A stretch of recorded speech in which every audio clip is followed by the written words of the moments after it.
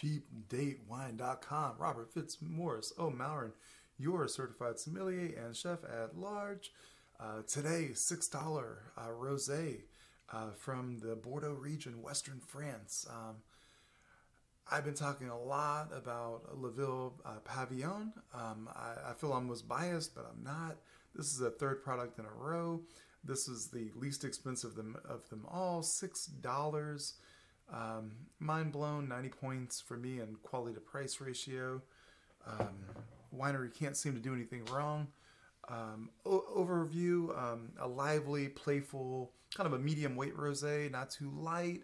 You know, it's not a super light Provence. It's not a super heavy Spanish or domestic rosé.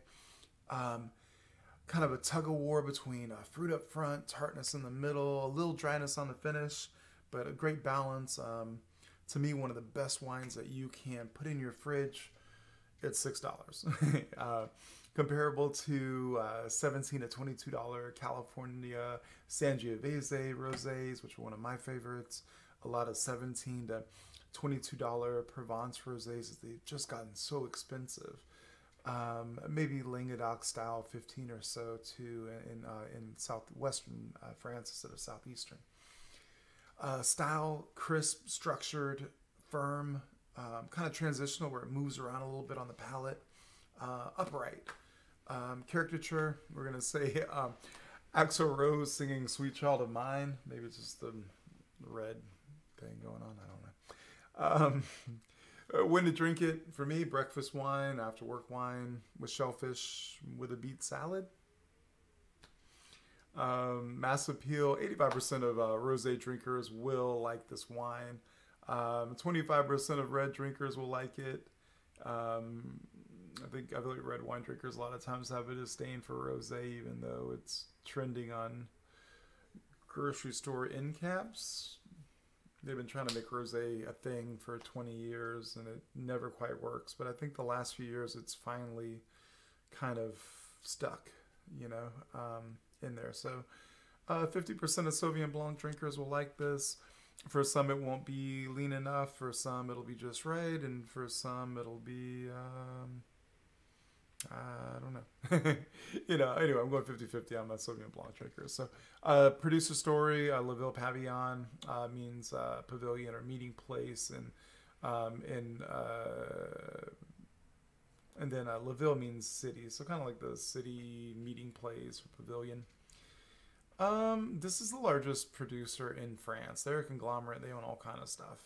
But luckily in France, because of the laws, you're not allowed to really add adjuncts, additives, derived from grape products, but kind of enhanced and reduced and manipulated in labs or through a commercial process to kind of buff up wines or do things with wines. So even though this is a large producer, unlike a lot of large producers that taste from California or Australia, I don't taste all the stuff in there, all the artificial other stuff. It's not artificial.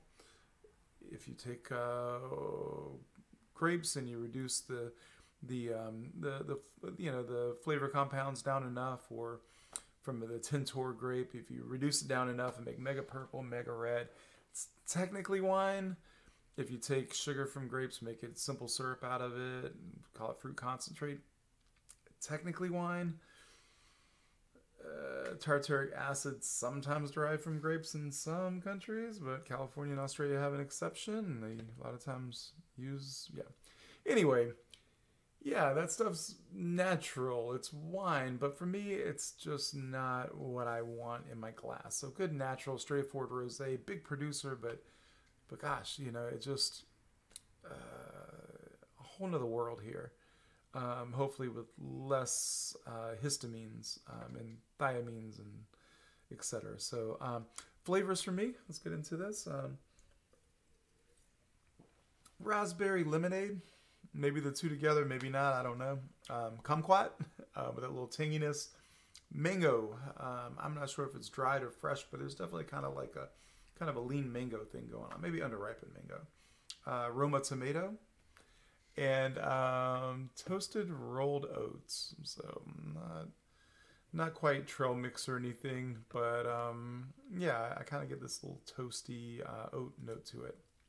Body's a 3 out of 5. So again, we're in that middle. We're not the super light rosé. We're not the big, rich, dark Spanish rosado rosés. Rosado means rosé, so I just said rosé. Acidity, tartness, 3 out of 5. We've got some tang in there, or tanginess. Fruit, 2 out of 5. Yeah, pretty much, because I feel like the fruit's a little understated. It's a little subdued. I kind of like that. I kind of almost get maybe a tea leaf and maybe a lemon note that kind of suppresses like the little red and kind of pink fruit notes, and I dig that. Floral, I'm just like 0 out of 5 on this one. I think that's a little stretch.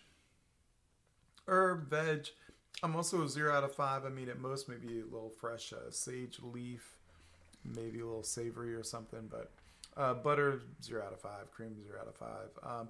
Oak toast nut, I might get a 1 out of 5. You know, you might go to that kind of oatiness, that kind of oat or toasted oat kind of note. Earth yeast, 0 out of 5. Sugar, 0 out of 5. There's, you know, this wine is definitely a dry wine.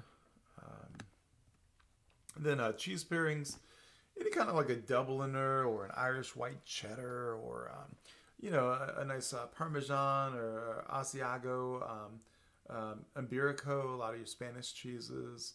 This would be a nice pairing for them. Just a dry, hard, but like a little bit of creaminess thing going on. Food pairings, shellfish, mussels, any kind of meat sauce, pasta bolognese, you get the idea. And then we're back to this beet salad thing. So cheers to you for surviving 2020. Cheapdatewine.com. Luxurious lifestyles on light budgets, making every night date night. Your personal sommelier at large, Robert Fitzmaurice O'Malron. Looking forward to bringing you a lot more wine. We're definitely on this kind of $6 extravaganza, and time for further lockdowns and trying to make every dollar, every penny stretch for everyone. But we still want that good lifestyle. So cheers to you.